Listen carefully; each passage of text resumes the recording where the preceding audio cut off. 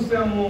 ఇదే యోహాను సువార్త 20వ అధ్యాయము 8వ వచనం. యోహాను సువార్త 20వ అధ్యాయము 8వ వచనం. అప్పుడు మొదట సమాధి యొద్దకు వచ్చిన ఆ శిష్యుడు లోపలికి పోయి చూచి ఉన్నారు. చూచి ఏమి నమ్మాడు? యేసు శవమును లేకపోతే బాడీని ఎవరో ఎత్తుకొని పోయిరని నమ్మాడు. చూడండి, 5 వచనాలు మనొకసారి మనం చదువుకున్నాం. 5 వచనాలను మనం గమనించుకుంటే 2వ వచనం.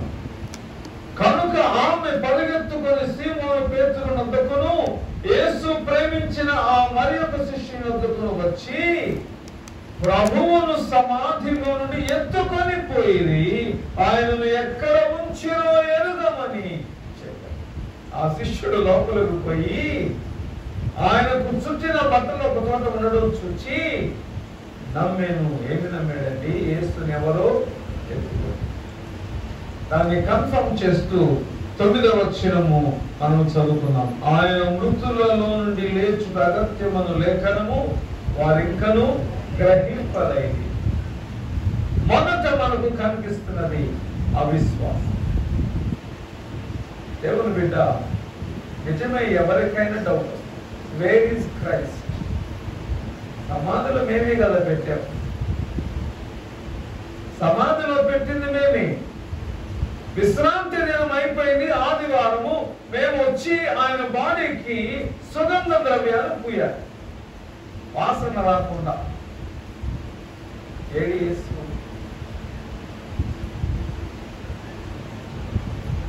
ఇప్పుడు ఎవరైనా మనల్ని పునరుద్ధానుడైన యేసు ఎక్కడని అడిగితే మీరేం చెప్తారు? నాకు ఇష్టమైన మాట, చాలాసార్లు చెప్పాను, మళ్ళీ చెప్తున్నా.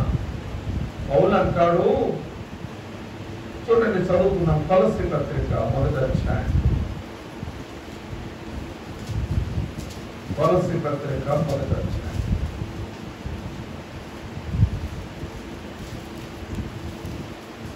24వ వచనం. కొలస్సీ 1:24.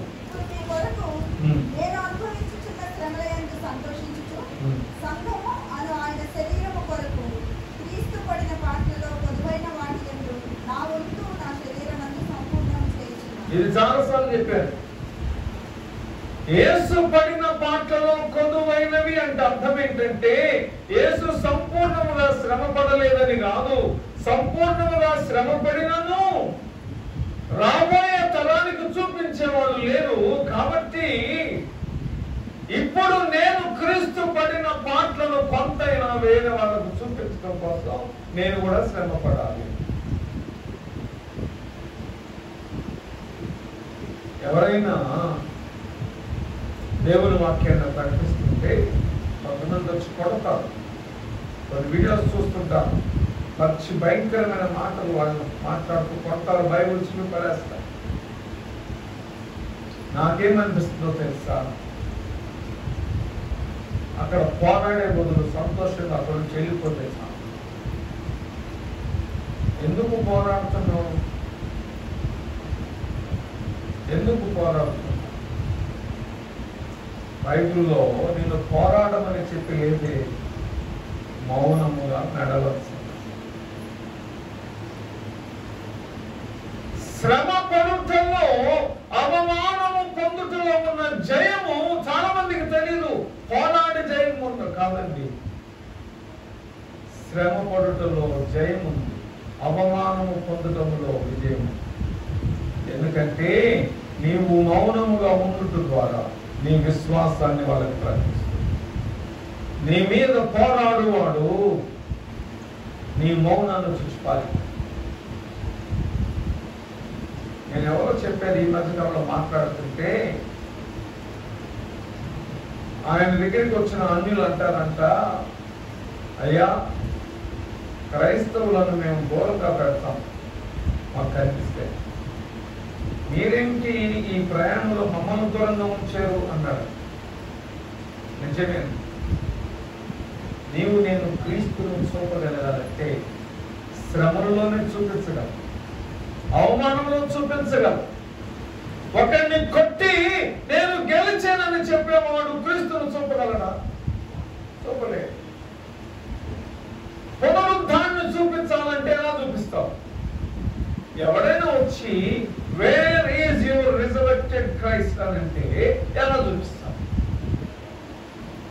నేను పునరుద్ధానాన్ని చూపించాలంటే పునరుద్ధానానికి ముందు ఏం జరుగుతుందండి? చనిపోవాలి. చనిపోతేనే పునరుద్ధానం. చనిపోకుండా పునరుద్ధానం ఎక్కడి నుంచి వస్తుంది? చనిపోవాలంటే శ్రమ పడాలి. శ్రమ పడుట తెలియనప్పుడు పాతి పెట్టబడుట తెలియదు. పాతి పెట్టబడుట తెలియనప్పుడు పునరుద్ధానం తెలియదు. అందుకే పేతురుకు తెలియలా యేసయ్య పునరుద్ధానుడని. ఆ మరి యొక్క యేసు ప్రేమించిన శిష్యుడైన యోహానుకు తెలియలేదు యేసు ఎక్కడని.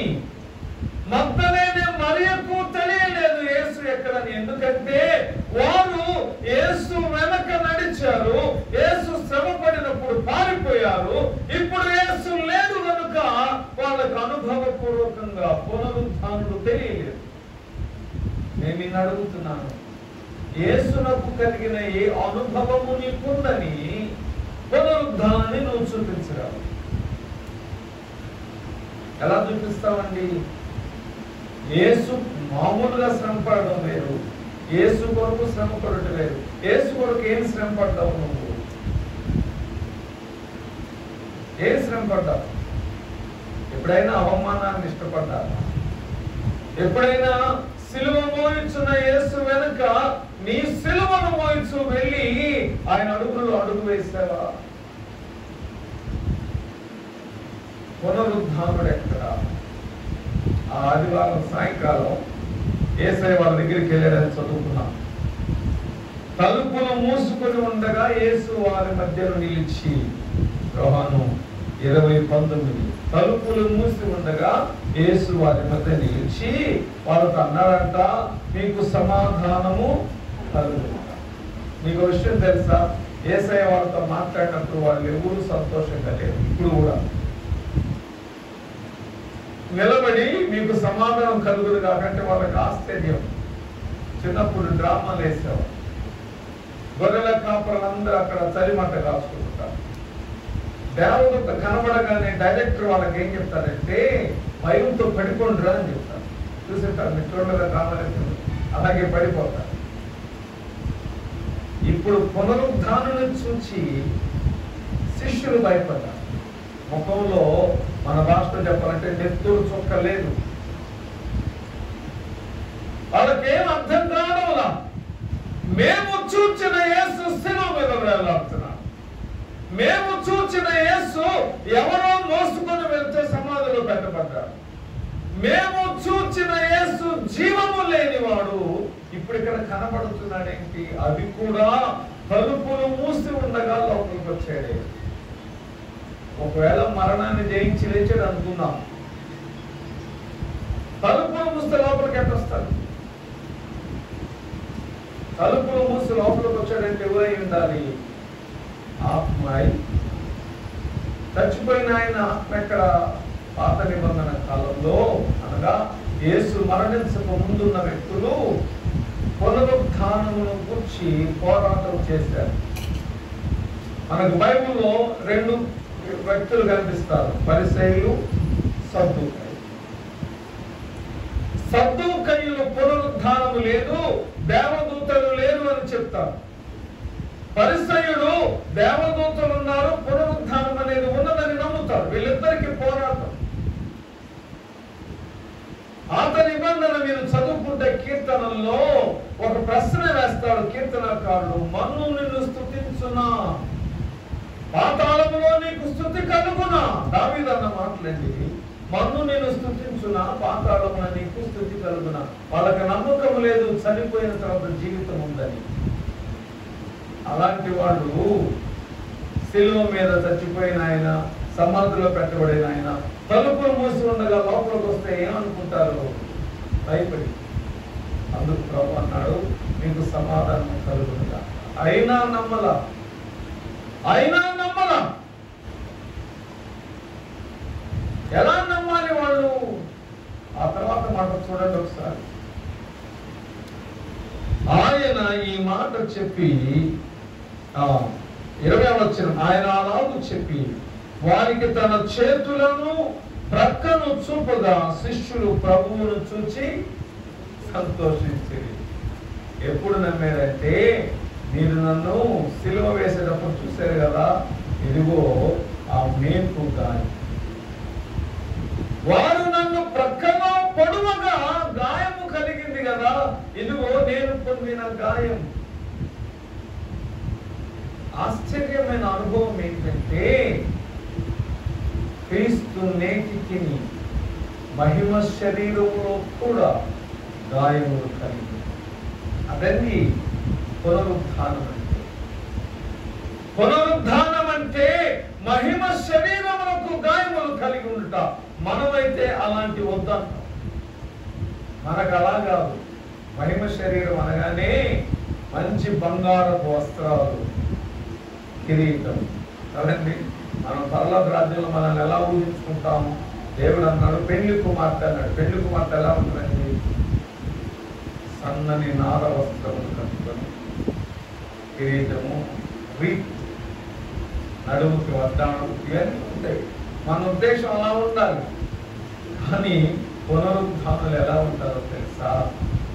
ప్రభు కొరకు నీవు పొందిన ప్రతి గాయము అక్కడ సాక్ష్యం, ఇక్కడ కాదు సాక్ష్యం. అక్కడ ఒకసారి నేను లాలగూడ బ్యాప్టిస్ట్ చర్చిలో పనిచేసేటప్పుడు కొంతమంది యవనస్తులు వచ్చారు. సెక్రటరీ వచ్చాడు, వాళ్ళతో సాక్ష్యం చెప్పిస్తే బాగుంటుంది భాషగా. సాక్ష్యానికి టైం ఇచ్చారు. అది ఒరిస్సాలో గొడవలు జరిగినాయి. చర్చెస్ను పడగొట్టి, నన్స్ను బలహీనపరిచి, క్రైస్తవులను బాధ పెట్టిన రోజులు మీకు గుర్తున్నాయో లేవో? నేను చెప్పేది 2001, 2, 3, 4, 6 ఆ సంవత్సరాలు. ఇతను వచ్చి నిలబడ్డాడు, సాక్ష్యం చెప్తూ చొక్కా విప్పాడు. ఎందుకు చొక్కా విప్పాడంటే, ప్రభువును నమ్మినందుకు, స్తుతించినందుకు అతనికి యాసిడ్ తాగించాడు. పేగులు ఇదైపోతే ఆపరేషన్ జరిగింది. సాక్ష్యం, సాక్ష్యం. మన సాక్ష్యము దేవుని ఎదుట, మనుషులకు ఎందుకండి? నేను జైల్లో పడ్డాను, దేవుడు నా ప్రార్థన వినందుకు కాపాడాడు, ఇది కాదు సాక్ష్యం అంటే. నన్ను చూచి నా యందు ప్రభువును చూడు అనేది సాక్ష్యం. ఇందాక క్రీస్తు సాక్షి చెప్పేటప్పుడు నేను ఏ శ్రమల నుంచి వెళ్ళినది నాకు జ్ఞాపకం వచ్చింది. అవును, ఈరోజు ఇక్కడ నేను నిలబడి ఉన్నానంటే ఇది సాక్ష్యం. మనం నిలబడి ఉన్నాం. మనలో ఎంతమందికి బలహీనత రాలేదండి? స్తుతించడానికి ఇక్కడ చేరగలిగాను. నేను స్వస్థపరచబడి ప్రభువును స్తుతించడానికి ఆలయానికి రాకుండా ఇంట్లో అది సాక్ష్యం కాదు. ప్రభు సన్నిధిలో నిలిచి ఇదిగో నేను కాపాడబడ్డానని చెప్పడం సాక్ష్యం. యేసుక్రీస్తు వాడు కూడా సాక్ష్యం చూపాల్సి వచ్చింది. ఇదిగో నా గాయములు చూడండి. అప్పుడు వాడు సంతోషపడ్డాడు. ఎవరు బిడ్డ నీకు తెలుసా? క్రీస్తు కొరకైన పునరుద్ధానాన్ని లోకానికి చూపించాలంటే నీకు కావాల్సింది గాయము, మరణములో నుంచి నడచిన అడుగు. ఆ అనుభవము నీకుంటే పునరుద్ధానాన్ని చూపడం. ప్రభు అక్కడికి వచ్చి వాళ్ళతో నెక్స్ట్ మాట రెండోసారి చెప్తున్నాడు, మీకు సమాధానము కలుగునుగాక. సెకండ్ టైం ఈ మాట చెప్పడం. యేసయ్య కనబడిన తర్వాత వాళ్ళతో అంటున్న మాట సమాధానము కలుగునుగాక అంటే అర్థం ఏంటి? సమాధానము కలుగునుగాక అంటే అర్థం ఏంటో తెలుసా? నాతో మీకు కలిగిన అనుబంధం ఏదో దానిని ప్రకటించడానికి నాకు కలిగినటువంటి జీవితంలో మీరు పాలిభాగస్తులై ఉండాలి. ఇది దేవుడు చెప్పిన మాట. అంటే క్షమించబడుచున్న మీరు క్షమించుచు ఆ సమాధానమును ప్రకటించుడి. బైబిల్లో యేసయ్య శిలువ మీద వేలాడుతున్నట్టుగా మనం చదువుతున్నాం. మనకు బొమ్మల్లో యేసయ్య శిలువ మీద వేలాడుతున్నట్టు కనపడుతుంది. యేసునకు కలిగిన దేహము మంటికి అప్పగించబడుతుంది. యేసునకు కలిగిన దేహము మంటికి అప్పగించబడుతుంది. యేసునకు కలిగిన ఎముకలు మహిమ శరీరమును ధరించుకున్నటకు ఆత్మ సంబంధమైన దేహముగా మారుతుంది. శరీరం మంటిలో కలిసిపోతుంది. శరీరానికి మహిమ శరీరం రాదు, శరీరం పోతుంది. ఎముకలు మాత్రమే మహిమ రూపాన్ని కలిగి, ఎముకలకు మహిమ రూపము కలిగినప్పుడు దేవుడు మహిమ శరీరాన్ని ఇస్తాడు ఆ ఎముకల మీద. ఆ మహిమ శరీరములో నీవు నేను శరీరంలో పొందిన ప్రతి గాయాన్ని, అవమానాన్ని సాక్షిగా చూపిస్తాం. మీరు మత్తయి సువార్త చదువుకోండి. మత్తయి సువార్తలో ఏముంటుందంటే, నీవు ఇదిగో నీ చేయి పాపము చేసింది, దాన్ని నరికేసావు. నీకు విషయం తెలుసా? ఆత్మదేహానికి కూడా చేయి ఉండదు. ఆత్మదేహానికి కూడా చెయ్యి ఉండదు. నేను ఇదివరకు అనుకునేవాడిని ఆత్మదేహానికి చెయ్యి అక్కడ శరీరానికి కదా నేను చెయ్యి వదిలింది, ఆత్మదేహానికి శరీరం పెట్టబోతుంది అనుకున్నా. వాక్యం చెబుతుంది, తీర్పు తీర్చేంత వరకు నీకు పొందిన ప్రతి గాయము, అవమానము ప్రభువు వెనుక అదే అనుభవంతో. ఆమేన్, ఆమేన్. నాకు నిజంగా ఎరుగని ఆనందం నాలో పొందుతుంది. ఏం చెప్పాలో తెలియదు. కానీ అదే సమయంలో వేదన ఏంటంటే, యేసయ్య కొరకు నేను పొందిన ఒక గాయమైన నా శరీరంలో లేదే. అవమానాలు ఉన్నాయి కానీ గాయాలు లేవు. అవమానాలు ఎలా చూపించాలి? నా కన్నీటితో చూపిస్తాను. ప్రభు దగ్గరికి వెళ్ళి యేసుతో నడిచేటప్పుడు కన్నీళ్లతో వెళ్తా. ఎందుకంటే ఆయన కొరకు నేను అవమానించబడ్డాను. గాయము కూడా అంతేనండి. ప్రభువు వంటి అనుభవము కలిగిన వాడే పునరుత్థానుడే. నీకు యేసునకు కలిగిన ఏ అనుభవములోనైనా పాలి పంపులు లేకపోతే నువ్వు పునరుత్థానుడవు కావు. నా పాపములో నేను జీవిస్తూ పేరుకు క్రైస్తవుడనని చెప్పుకుంటూ పునరుద్ధానములో పాలు పంపులు పొందగలనా? Can I be a resurrected Christian still living in sin?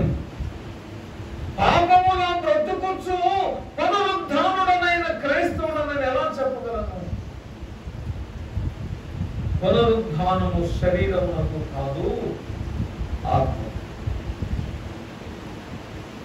మరి ఆత్మ క్రీస్తు సారూప్యములోకి రాకుండా పునరుద్ధానం ఎలా పొందుతుంది? Where is your resurrection? How can you show the resurrected Christ in your life? మాటల్లో చెప్పగలవా? మాటల్లో చూపగలవా? ఇంపాసిబుల్. అదే సరే, అది చూపించడానికి వీళ్ళని సిద్ధపరుస్తున్నాడు. శిష్యుల దగ్గరికి వచ్చి మొదటిసారి సమాధానం కలుగును కాకంటే వాళ్ళకేం అర్థం కాదు. ఎవరితను? యేసు వలే ఉన్నాడు కానీ ఎవరితను? సమాధిలో ఉండాలి కదా, లేక శిలువ మీద ప్రాణం రక్తమంతా పోయి ఉండాలి కదా. Who is this? గాయాలు చూపించాడు. అప్పుడు సంతోషపడ్డారు. అప్పుడు అంటున్నాడు మీకు సమాధానం కాదు. వాళ్ళకి అర్థమై ఉండకపోవచ్చు. సమాధానం అంటే be peace, be at peace, లేకపోతే బీ పీస్ఫుల్. ఇతనికి అర్థం చేసుకున్నాడు. కానీ ప్రభు ఆ తర్వాత వారి మీద ఊది, మాటలు బాగా గమనించారు, వారి మీద ఊది 22వ వచనం, పరిశుద్ధాత్మను పొందుడి. దేవుని బిడ్డ, నీకున్నాడా పరిశుద్ధాత్ముడు? Where is your holy spirit? నీ పరిశుద్ధాత్ముడు ఎక్కడ? నాకు పరిశుద్ధాత్ముడు ఉన్నాడని చెప్పడానికి చాలా మందికి చాలా ఈజీగా ప్రూఫ్ చెప్తారు. ఏంటది? నేను భాషలు మాట్లాడతాను కొంతమంది, నేను ప్రవచనాలు చెప్తాను కొంతమంది, నేను ప్రార్థన చేస్తే స్వస్థతలు జరుగుతాయి కొంతమంది, దేవుడు నాకు చేసినటువంటి మేళను నేను చాలా మందికి పంచుకుంటాను ఇలా కొంతమంది. యేసును ప్రభు అని ఒప్పుకుంటాం అనేది పరిశుద్ధాత్మ కలిగి ఉండటం బైబిల్లో ఉంది కదా. నేను యేసును ప్రభు అంటున్నాను కాబట్టి నాకు పరిశుద్ధాత్ముడు ఉన్నాడని చెప్పేవాళ్ళు కొంతమంది. కానీ ఇక్కడ డెఫినేషన్ వేరే ఉంది. ఒక్కో చోట ఒక్కో రకంగా ఉంది, ఇక్కడ డెఫినేషన్ వేరే ఉంది. పరిశుద్ధాత్మను పొందుడి. దీనికి రుజువేంటి? దేవుని బిడ్డ, నీకు తెలుసా? నీ ఎడల ఇతరులు చేసిన పాపములను క్షమించుటే పరిశుద్ధాత్మను కలిగి ఉంటారు. ఇక్కడ రాయబడిన మాటలు చూడండి. పరిశుద్ధాత్మను పొందుడి. మీరు ఎవరి పాపములు క్షమించురు అవి వారికి క్షమింపబడును, ఎవరి పాపమును మీరు నిలిచి ఉండనిచ్చురు అవి నిలిచి ఉండునని వారితో నువ్వు పునరుద్ధానుడవైతే క్షమించు మనస్సు కలిగి ఉన్నా.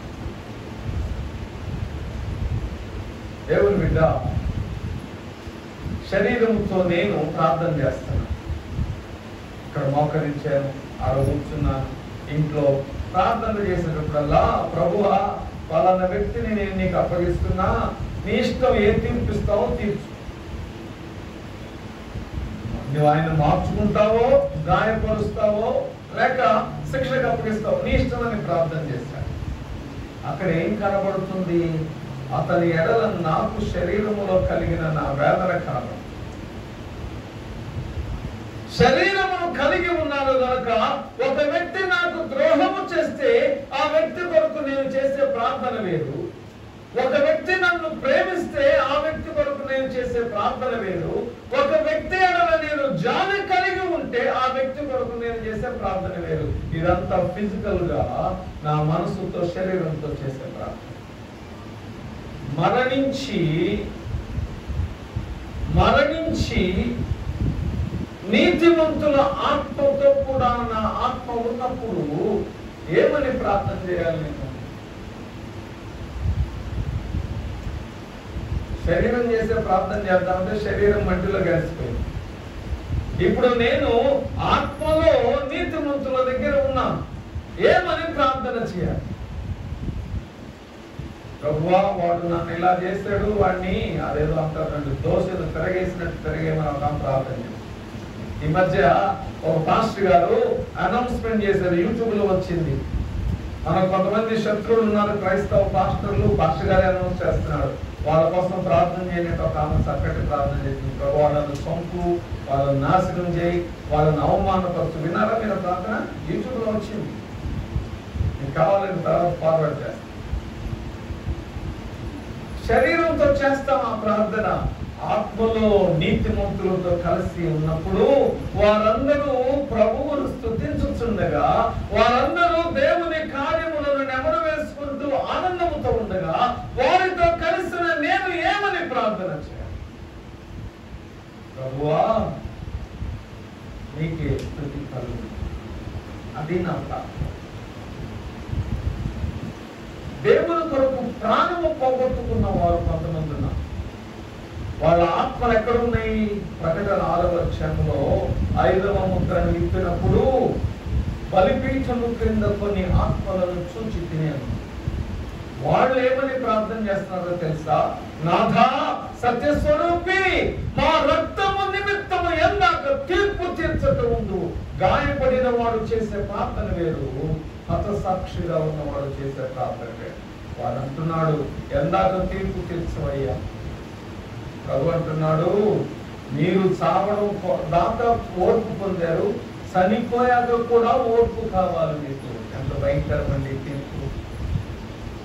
చచ్చిపోయేదాకా గాయపడి చనిపోయిన తర్వాత మన శ్రమలను కంటిన్యూ చేయడం ఎంత కష్టమైన విషయం. ఏమని ప్రార్థన చేయగలం? యేసునకు కలిగిన అనుభవం అదే.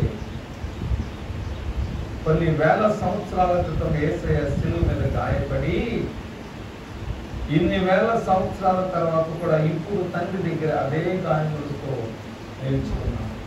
హత సాక్షులతో ఆశీర్వాదం అదే. శ్రమను కొనసాగించుట మరణించారు కూడా. వాళ్ళు నిలిచి ఉండనిస్తారు పాపాలు. ఇందాక మనం చదువుతున్నాం, ఎవరి పాపంలో నిలిచి ఉండనిప్పుడు మనందరం కాదని వాళ్ళకే సాధ్యం. ఎప్పుడు తీర్పు తీరుస్తా ఉంటాం, ఎప్పుడు తీర్పు తీరుస్తాం. ప్రియ క్రైస్తవుడా, పునరుత్థానం అనేది ఆత్మలో కలిగింది. శరీరానికి కాదు, శరీరం మంటికి కలిసి. ఏలియా వెళ్ళిపోతున్నాడు పైకి అగ్నిరథముల మీద. ఎలీషా అంటున్నాడు, నీ ఆత్మలో నాకు పాలు దయచేయి. ఏలియా అన్నాడు, నేను కనబడితే నీకు నా ఆత్మలో పాలు. ఏలియా కనబడగానే ఎలీషా అన్నాడు, నా ఏలిన వాడు నాకు కనబడుతున్నావు. ఏలియా మీద ఉన్న తొక్కటి ఎలీషా, అది వాళ్ళిద్దరి అనుభవం. కానీ ఎలీషాతో ఉన్న శిష్యులు ఏలియాను చూడాల, వెళ్ళిపోవడం చూశారు, మళ్ళీ కనబడలా. ఎలీషా దగ్గరకు వచ్చి అంటున్నారు, నాయనా ఏలియా దేహం ఎక్కడో పడిపోయి ఉంటుంది, వెతికొస్తాం.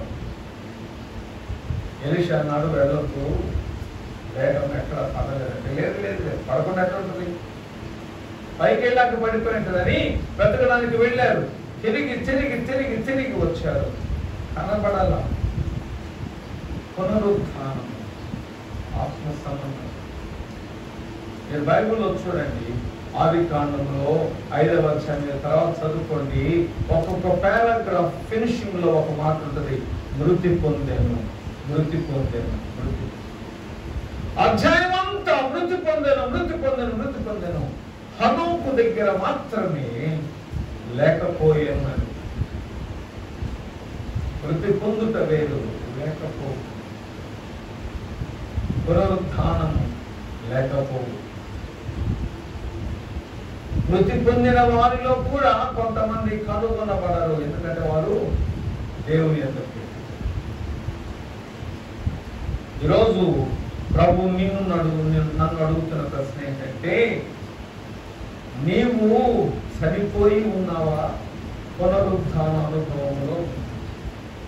క్రైస్తవులు అంటే పాప విషయమై మరణించి ఆత్మ విషయమై బ్రతుకుచు ప్రభు యొద్దకు వెళ్ళుటకు ఈ పునరుద్ధానాన్ని భద్రపరుచుకుంటే క్రైస్తవం. నీకు విషయం చెప్తున్నానండి, నేను ప్రభువును నమ్మినప్పుడు పాప విషయంలో చనిపోయాను. పునరుద్ధాన అనుభవముతో ఉన్న, పునరుద్ధానంలోనికి ఇంకా వెళ్ళాల, పునరుద్ధాన అనుభవంతో ఉన్న సాతానుడు ఏం చేస్తాడంటే, నా శరీరమును ఇంకను అవమానపరచి నా పునరుద్ధాన అనుభవాన్ని పోగొట్టుకునేలా చేయాలని ప్రయత్నిస్తాను. ఒకవేళ ఎంతకాలము వేచి ఉండి చివరిలో నేను రాంగ్ స్టెప్ వేసి నా పునరుద్ధానాన్ని పోగొట్టుకుంటే ఆ పాత్రతో నేను నిలుచుకుంటాను. మరి పోగొట్టుకోకుండా ఉండాలంటే ఏం చేయాలి? పునరుద్ధాన అనుభవంలో సిలువ వేయబడిన క్రీస్తును చూపించడం నేర్చుకో. అంటే అర్థం ఏంటంటే, నేను ముగిస్తుపోతున్నాను, ఒక మాట చెప్తున్నాను జాగ్రత్తగా. దేవుని బిడ్డ, పునరుద్ధానుడైన క్రైస్తవునిలో యేసు సిలువ మరణము సాక్ష్యముగా కనబడకపోతే నువ్వు పొందుతాను. నేను పునరుద్ధానుడనైతే సిలువ గాయాలు నాలో కనబడాలి, అప్పుడు నేను నిజమైన క్రైస్తవుడు. ఆమేన్, ఆమేన్. శ్రమలొద్దు ప్రభువా, గాయం వద్దు ప్రభువా, అవమానం వద్దు ప్రభువా. మరి ఎలా చూపిస్తావు యేసయ్యని? ఎలా చూపిస్తావు? ఆయన అంటున్న మాట, మీరు పాపాలు క్షమించండి, మీ పాపాలు ఇది పొందుతాను. లాస్ట్ రెండు లైన్లు మనం 2 వచనాలు మనం ముగింపులో చదువుకున్నాం. తోమ వాళ్ళతో లేడు, తోమ వారితో లేదు. వాళ్ళు అతనికి చెప్పారు, మేము యేసును, పునరుద్ధానుడైన యేసును చూచాం. అతను అంటున్నాడు, ఆయన గాయాల్లో మీరు వచ్చి గాయాలు చూశారు, నేను వేలు పెట్టి చూస్తే తప్ప నమ్మను. ఓ క్రైస్తవుడా, ప్రభువు నీ కొరకు పొందిన గాయాన్ని రేపి ఆయన దుఃఖపడుచుండగా ఈయన బ్రతికి ఉన్నాడు అని సంతోషించే మనసానికి చాలా మంది క్రైస్తవులు ఏమనుకో శాడిస్టులే. క్రైస్తవులు శాడిస్టు. ఎందుకంటే యేసయ్య గాయము రేపి ఆయన నీ కోసం ఏడుస్తూ క్షమించమని అడుగుతుంటే చూడాలని ఆశ కదా. యేసయ్య గాయము రేపి తాను దుఃఖపడుచు, ప్రభువా గాయం రేపితే రేపారు, క్షమించానని ఆయన తండ్రి దగ్గర ప్రార్థన చేస్తే చూడాలని. అందుకే మనం పాపం చేస్తూనే ఉంటాం.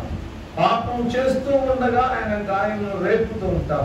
గాయము రేపబడుచుండగా ఆయన దేవుడు మనల్ని ఎక్కడ శిక్షిస్తాడో అని తండ్రి దగ్గర క్షమించమని ప్రార్థన చేస్తున్నాడు. అది మనకిష్టం. ఇది క్రైస్తవుల శాడిజం. శాడిజం పోవాలంటే ఒకటే మార్గం, క్రీస్తుతో నీవు కూడా గాయకుడితో నేర్చుకో. పునరుత్థానంలో దేవుని తలలో వచ్చి ప్రార్థన చేసి, తలలో వచ్చి ప్రార్థన చేసి, దేవుని బిడ్డ ఉదయకాలంలో ప్రభు నీతో మాట్లాడాడని నేను నమ్ముతున్నాను. తలలో వచ్చి కన్ను మూసుకొని ప్రార్థన. పునరుద్ధానుడైన యేసును నీ శరీరములో, నీ బ్రతుకులో, నీ తలంపుల్లో, నీ మాటలలో, నీ ఆలోచనలో, నీ జీవన విధానంలో నువ్వు కలిగి ఉన్నావా? నువ్వు పునరుద్ధానుడైన ప్రభువుని ఇతరులకు చూపించగలిగే బ్రతుకు కలిగి ఉన్నావు? నీ జీవితంలో ఏది ఆ పునరుద్ధానం?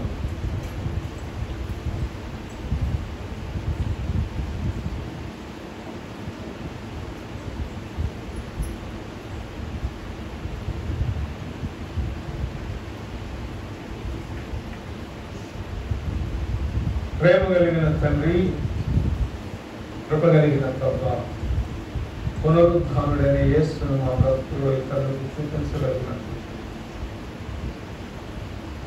పునరుద్ధాన అనుభవంలో క్రీస్తు శ్రమలను కనపరచగలిగిన ఆత్మిక సౌందర్యం మాకు కలుగు చేయడం. ఆ ప్రాణాత్మజలను మీకు అప్పగించుకుంటూ యేసు నామమున అడుగుచున్నాము తండ్రి.